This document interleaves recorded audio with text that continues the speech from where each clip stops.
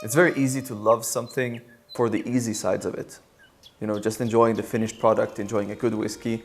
But it's very different when someone has a deep passion, even for the production of it and the hard times that it brings. And just the whole complete picture made me certain. And I think I said as a joke at the end of the trip to my brother, let's start a distillery.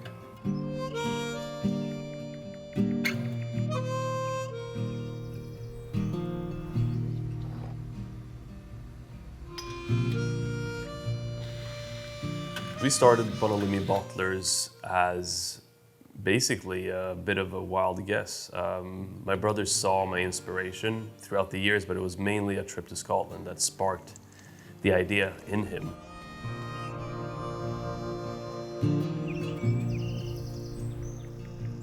And I just noted that this thing that I see in people that are newly in love, this kind of glint in the eye, this kind of burning passion. I noticed it with my brother, and it wasn't like he was passionate about the things we were drinking, but just hearing about everything that touched the product itself, everything interested him. Everything made him light up like a Christmas tree. For me, it was just obvious at that point that this is something that he truly loves, and every aspect of it. So we decided to meet once a week and just discuss this as a fun, one day maybe business idea. And the one day maybe business idea became a proper business idea that then became a business. And right after the pandemic, we started actually building this idea brick by brick.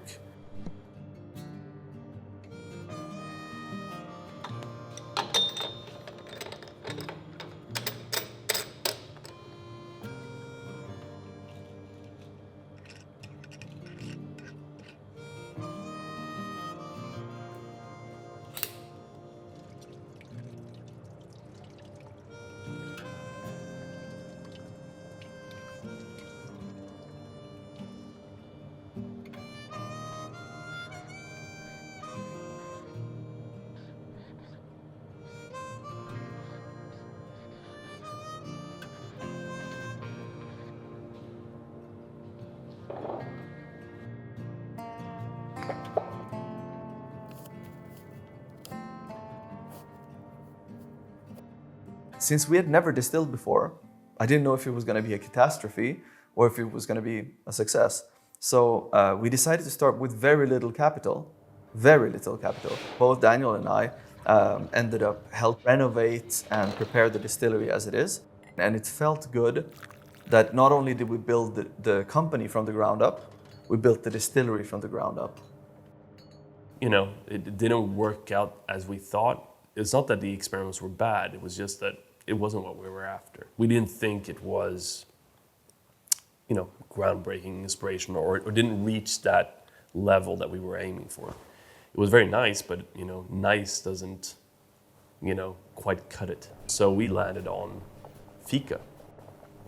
You know, the cinnamon buns and all those oriental spices, sweet baking spices that are so common in Swedish delicacies.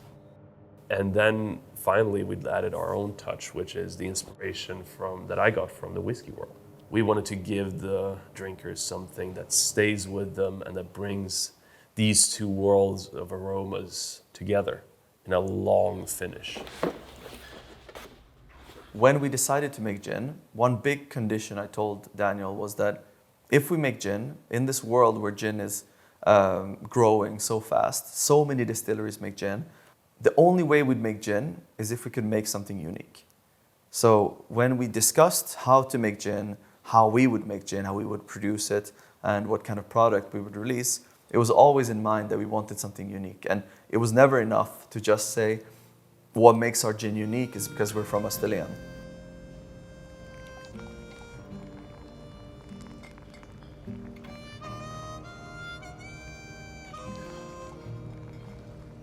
We decided to niche ourselves in on certain flavors that are not very common in gin, and the hope was to dominate those niches. That made it even more important to really push it to the next level. So we, at this point, distill so slowly, as slow as we can possibly go. We were able to produce gin that would triple, quadruple the length of flavor from a regular gin, and we could really build a culinary experience from there. We look to activate all areas of the mouth. You know, you want to give them as much flavor for their money. That's basically what it, you know, boils down to. Taste is everything for us.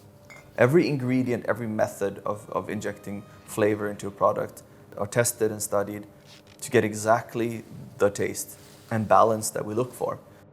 Given that we were able to build this length of flavor, we then managed to convey a story.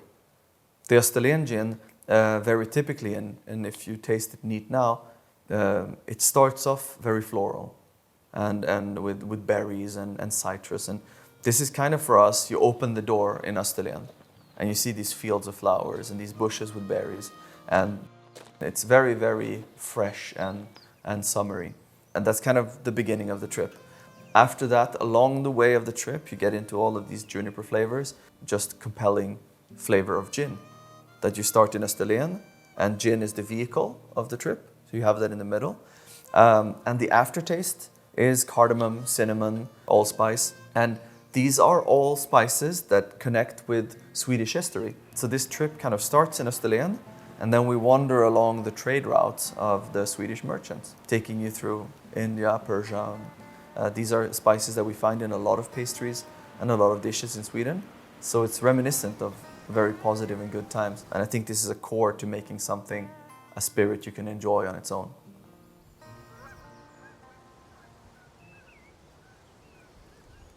Final ambition, if any, is to become a name, not a name connotated with success or, you know, size or, you know, popularity even necessarily, but it's a specific kind of popularity, and that would be Bonalumi Bottlers.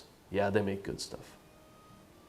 If that happens one day, that you can hear that from, you know, your mainstream gin enthusiasts, I can die happy.